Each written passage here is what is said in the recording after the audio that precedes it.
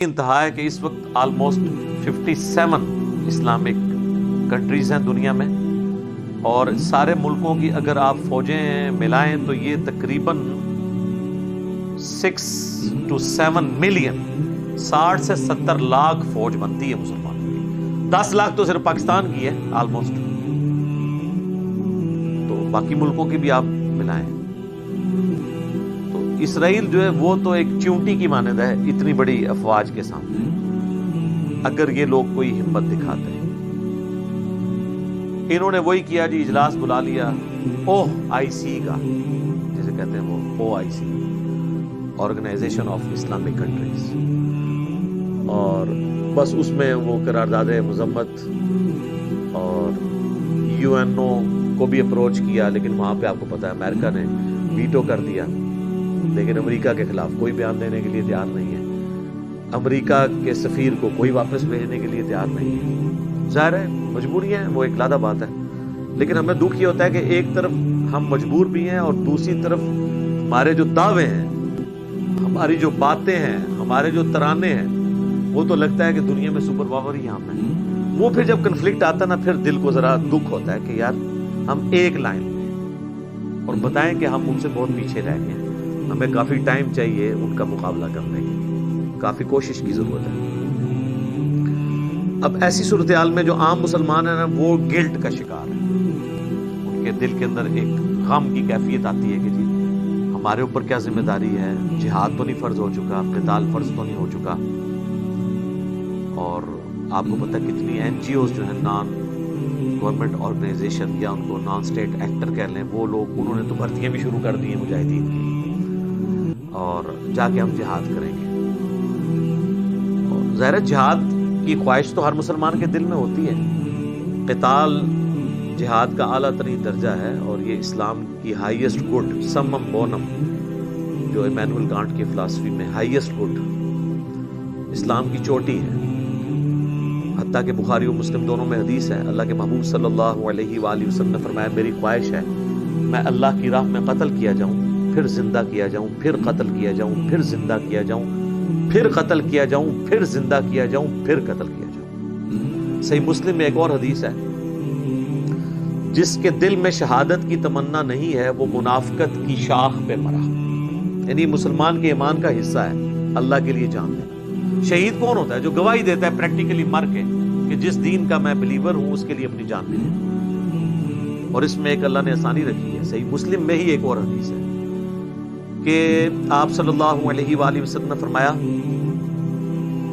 جس شخص کے دل میں شہادت کی تمنا ہوئی اور اسے بسترے پر بھی موت آ گئی عام حالت، اللہ کے حضور وہ شہید لکھا جائے گا، بشرطے کہ اس کے دل میں تمنا ہوئی. یہ شرط ہے. تو ظاہر مسلمانوں کے دلوں میں تمنا تو موجود ہے.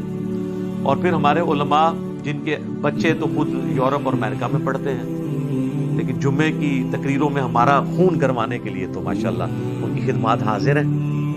وہ بھی لوگوں کو کہتے ہیں جناب نکلو نکلو نکلو، اور اس سے پھر لوگ سوچتے ہیں کہ پتہ نہیں ہم گنہگار تو نہیں ہو رہے. جناب آپ کوئی گنہگار نہیں، یہ آپ کی رسپانسبلٹی نہیں ہے، یہ ذہن میں رکھیے گا. لہٰذا جتنی جہادی تنظیمیں ہیں یا اس طرح کے علماء قرآن سے جتنی آیات پیش کر کے نبی علیہ السلام کے مبارک زمانے کی، اس زمانے میں تو ہجرت فرض کر دی گئی تھی، اور نبی علیہ السلام کے ہاتھ مضبوط کرنے کے لیے یہ حکم دیا گیا تھا سب لوگ مدینہ شریف آئیں، جو ہجرت نہیں کریں گے منافق ڈکلیئر ہوں گے.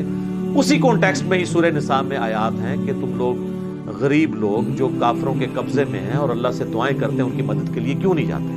ان آیات کو لے کے آج کے دور میں اپلائی کرنا، ان مسلمانوں کا کرنا جو ایک دوسرے کا گلا کاٹتے ہیں، تو ان کی کریڈیبلٹی کہاں تک ہے. اس وقت تو مسلمانوں کی تعداد تھوڑی تھی، تو ہر بندے کے اوپر جہاد کرنا فرض تھا. سیدنا عمر نے اپنے دور خلافت میں کوئی ایک جنگ بھی لڑی ہے، تو یہ آیات ان کو بھول گئی تھی، اس لیے کہ انہوں نے جنگ کے لیے فوج قائم کر دی تھی. کوفے کو فوجی چھاؤنی ڈکلیئر کر دیا تھا. قادسیہ اور یرموک میں سیدنا عمر خود نہیں گئے، آپ نے فوج روانہ کی. تو آج بھی یہ فوج کا کام ہے، کسی جہادی تنظیم کا نہیں ہے کہ وہ پرائیویٹ مجاہدین بھرتی کرے اور ان کو صحابہ کرام کے بارے میں بتائے. اور یہ بھی آج ایک آپ مت دور کر لیں، جو لوگ کہتے ہیں نا کہ جی وہ صحابہ کرام کا ایمان بڑا مضبوط تھا، ایمان مضبوط ہو تو آپ کے پاس اسلحہ کم بھی ہو تو کوئی مسئلہ نہیں ہے، آپ ٹکرا جائیں، میرے بھائی یہ بھی آپ بالکل غلط بات کر رہے ہیں۔ اس کی وجہ یہ ہے کہ صحابہ کرام اگر تلوار لے کے جاتے تھے نا تو سامنے والے کے پاس بھی تلوار ہی ہوتی تھی، تھا کہ نہیں؟ برابر ہی ہوتا تھا نا۔ آپ یہ کہہ سکتے ہیں کہ ادھر تعداد تھوڑی تھی ادھر تعداد زیادہ تھی، یہ نہیں ہوتا تھا کہ یہاں سے وہ تلوار لے کے گئے ہیں اور سامنے سے بندہ گولی لے کے آ گیا۔ وہ تو میں کہتا ہوں آپ اس بات کو آپ نے گستاخی نہیں شمار کرنا۔ چلے میں صحابہ کرام کی مثال نہیں دیتا ہوں، میں کہتا ہوں بہت پارسا قسم کے علماء بزرگان دین یا ان سے بھی بڑے مرتبے کے 1,00,000 لوگ بھی لے آئیں اور سامنے ایک یہودی فوجی کھڑا ہو جس کے ہاتھ میں کلاشنکوف یا اس سے کوئی لیٹسٹ اسلحہ ہو، یہ سارے تلواریں اٹھائی رہ جائیں گے تو یہ لاکھوں کی لاشیں ہی آپ اٹھا کے لے کے آئیں گے، ایک یہودی سب کو مار دے۔ لیکن صحابہ کے زمانے میں یہ نہیں تھا، اگر وہ رومن سے یا پرشین سے لڑے ہیں نا تو ایک تلوار کے مقابلے میں دوسرا جب بندہ آتا تھا تو ایک تلوار کے مقابلے میں ایک تلوار ہوتی تھی، 1 to 1 مقابلہ ہوتا تھا۔ یہاں پہ آپ ڈنڈے، لاٹھیاں، زیادہ سے زیادہ کوئی رائفل اٹھا کے لے جائیں گے، ان کے پاس لیزر گائیڈڈ گنیں ہیں، ایئر سٹرائکس ہیں ان کے پاس، تو لہذا یہ بھی کہانی کرانی آپ اپنی عوام کو بند کر دیں۔ صحابہ کرام اور ان کے مخالفین ایک جوڑ کے تھے لڑائی میں، دونوں کے پاس ایک طرح کا اسلحہ تھا، ورنہ مجھے بتائیں آپ 1,00,000 بھی آپ تلوار والے لیں سامنے سے ایک بندوق والا آ جائے وہ سب کو مار کے چلا جائے گا، قریب آنے ہی نہیں دے گا۔ تو یہ بالکل مثال دینا غلط ہے، لہذا آپ لوگ گلٹ فیل نہ کریں، یہ ایک باقاعدہ پوری ٹریننگ کے ساتھ جو فوجی لوگ ہیں جن کو آج کی ٹیکٹکس پتہ ہیں وہی لوگ ہی جا کے میدان جنگ میں لڑ سکتے ہیں، باقیوں کی تو آپ کو لاشیں اٹھانی پڑ جائیں گی، الٹا وہ آپ کے لیے مصیبت بن جائیں گے جو چلے جائیں گے، اور بعض لوگوں کا دھندا کھل جائے گا کہ وہ غائبانہ نماز جنازہ پڑھا کے چندہ اکٹھا کریں گے، کئی لوگوں کی روٹی روزی بھی کھل جائے گی اس کے اوپر، اور ان کی روٹی روزی کھولنے کے لیے سب کچھ کر رہے ہیں۔ تو میں گورنمنٹ سے بھی ریاستی اداروں سے بھی ریکویسٹ کروں گا ان کے اوپر کڑی نظر رکھیں جو یہ اس قسم کی جہادی بھرتیاں کر رہے ہیں۔